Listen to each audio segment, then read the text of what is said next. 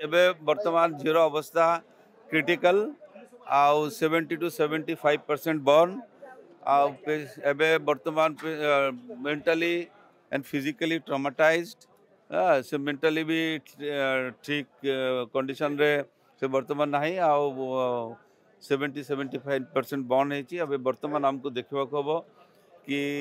जो acute treatment cardiovascular जो केयरटा सेटा दरकार तार ब्लड प्रेशर केमती मेंटेन रहिबो आउ सेटा हमर